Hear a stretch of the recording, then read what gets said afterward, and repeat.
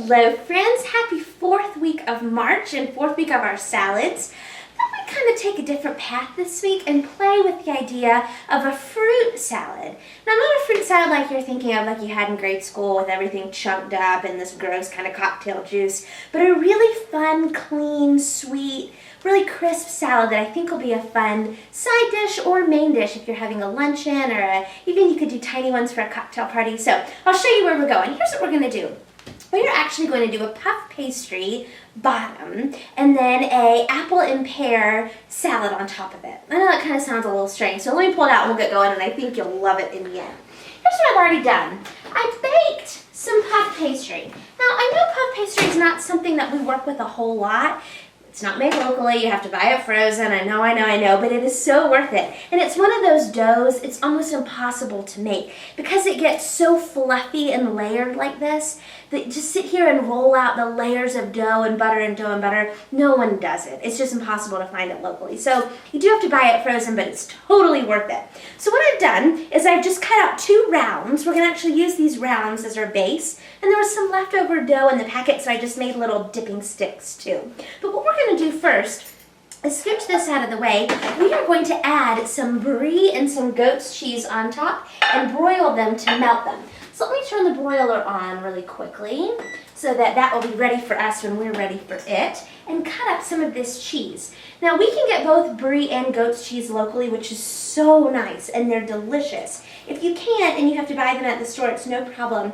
Brie is actually, I know it seems like one of those really elegant and expensive cheeses, and it is more expensive than, let's say, a block of cheddar or Swiss, but it is not that bad. And it has an amazing melting, creamy quality. It's really, really incredible. So look how much that one puffed up. We're gonna see what happens when we put the cheese on there. Hopefully it doesn't all run down. If this happens to you, do you see what I've done?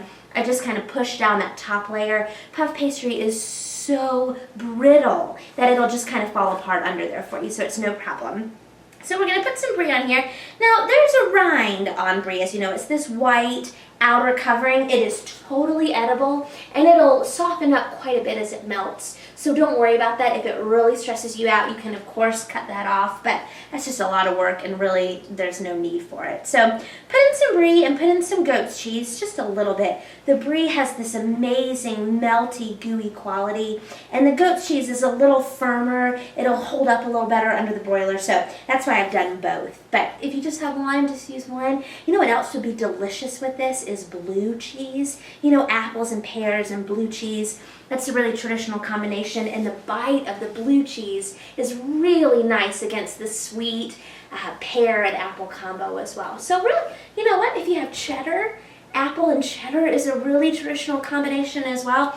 Use what you got. I might not use a Parmesan or kind of one of those nutty hard cheeses, but use really what you got. If you got it, why not? I'm going to take these off.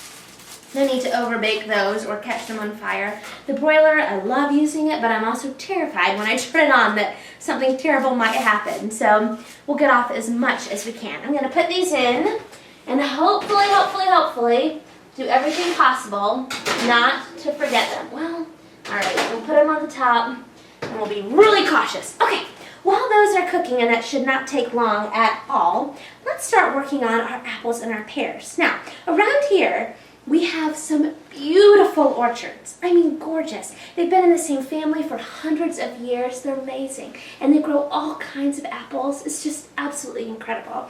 When we go in the fall, last fall I picked 74 pounds of apples at one time. 74 pounds, that is correct. The beautiful part about apples, they will last for months in your refrigerator. Just tie them up in a brown paper bag or even a plastic bag and put them in the back of your fridge and they'll last forever. I am still pulling apples out of my fridge that I picked in September of last year. So don't worry about overpicking, they will last you for as long as you need them. Pears, on the other hand, we don't have a lot of pears around here. There are a couple of places that offer them, but they are much more challenging to find, so I didn't get quite as many pears. But they also hold up well. Just make sure you look for a firm fruit at the very beginning. If it's kind of already starting to go soft, it will go soft way too quickly. I'm already getting nervous about that broiler. I know you're not surprised.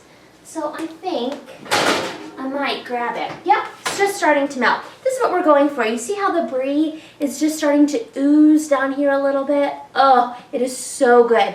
You don't want this to over brown or it gets, you know, a little bit of a charcoal flavor. So this is all we're looking for, just a little bit of softening of those cheeses. I'm going to put these over here and let those cool down a tiny bit while we finish our salad. So, pears and apples, super easy to cut. You know, they just have this inner core that you can take out. So I just come in with a quarter and then take out that inner piece.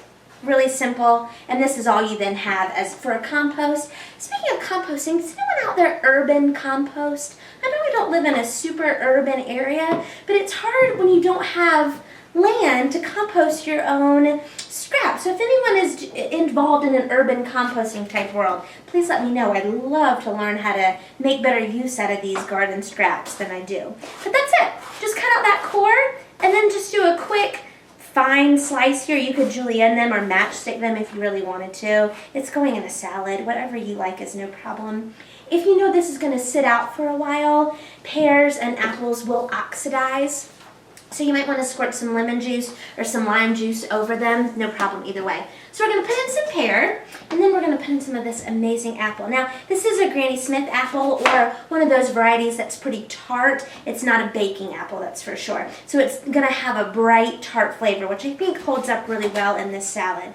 If you have a red apple, just make sure it's not too mealy. You want this to be really crisp and crunchy. Oh, it's so, so, so good. So let me get this. The last thing we're going to do for this salad is just make a dressing. A really simple vinaigrette. I know you've seen vinaigrettes on here before. Really easy.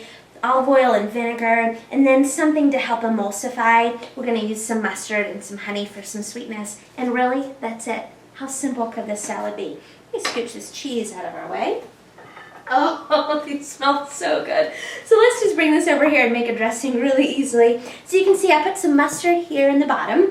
I'm going to add a quick drizzle of our honey that we are so blessed to have in abundance here in our area. So just a couple teaspoons, not a huge bit. There's plenty of sweetness in the apple and in the pear. And I brushed that puff pastry before I baked it the first time with some honey butter to give it that golden kind of sweet, yummy flavor. So there's plenty of sweetness already in it. So not a whole lot. Mix those up, put in a splash of balsamic. You know I love the apple balsamic, works great with this salad. If you have regular, no problem. They're making lots of fortified balsamic vinegars these days, lots and lots. So peek around wherever you find your vinegar. And a lot of these stores that specialize in vinegar will let you taste before you buy. So why not try something that you've never tried before? See what you think. It might be amazing to use. Now again, it is slightly more expensive than a regular balsamic, so just keep that in mind. We really only use it here to make salad dressings. We never cook with it, but it is absolutely delicious. And that's it. Let me taste this, make sure we're doing okay. Oh my gosh, that is amazing. So we're just going to toss it together and plate this. So this is our mixed greens, our apple and our pear. I'm going to toss in a few of these. These are sweet and dry cranberries. They add a wonderful color, and I love that kind of chewiness that come with that. Put in some dressing. I'm going to toss this up, plop it on our puff pastry cheesy round, and we are set. Could that salad have been any easier? Ooh, that'd be kind of a fun noise, wouldn't it? Let me grab that puff pastry, put it on here. Oh, we'll do this one where it's starting to ooze. Oh, this is so delicious. Oh, I hope you all have had a wonderful week. It's really just starting to get warm here, and I could not be more excited. So thank you so much for joining us. We'll see you next week. I hope you have a wonderful week eating locally. I'm going to try this. I'll see you soon. Bye. Yum.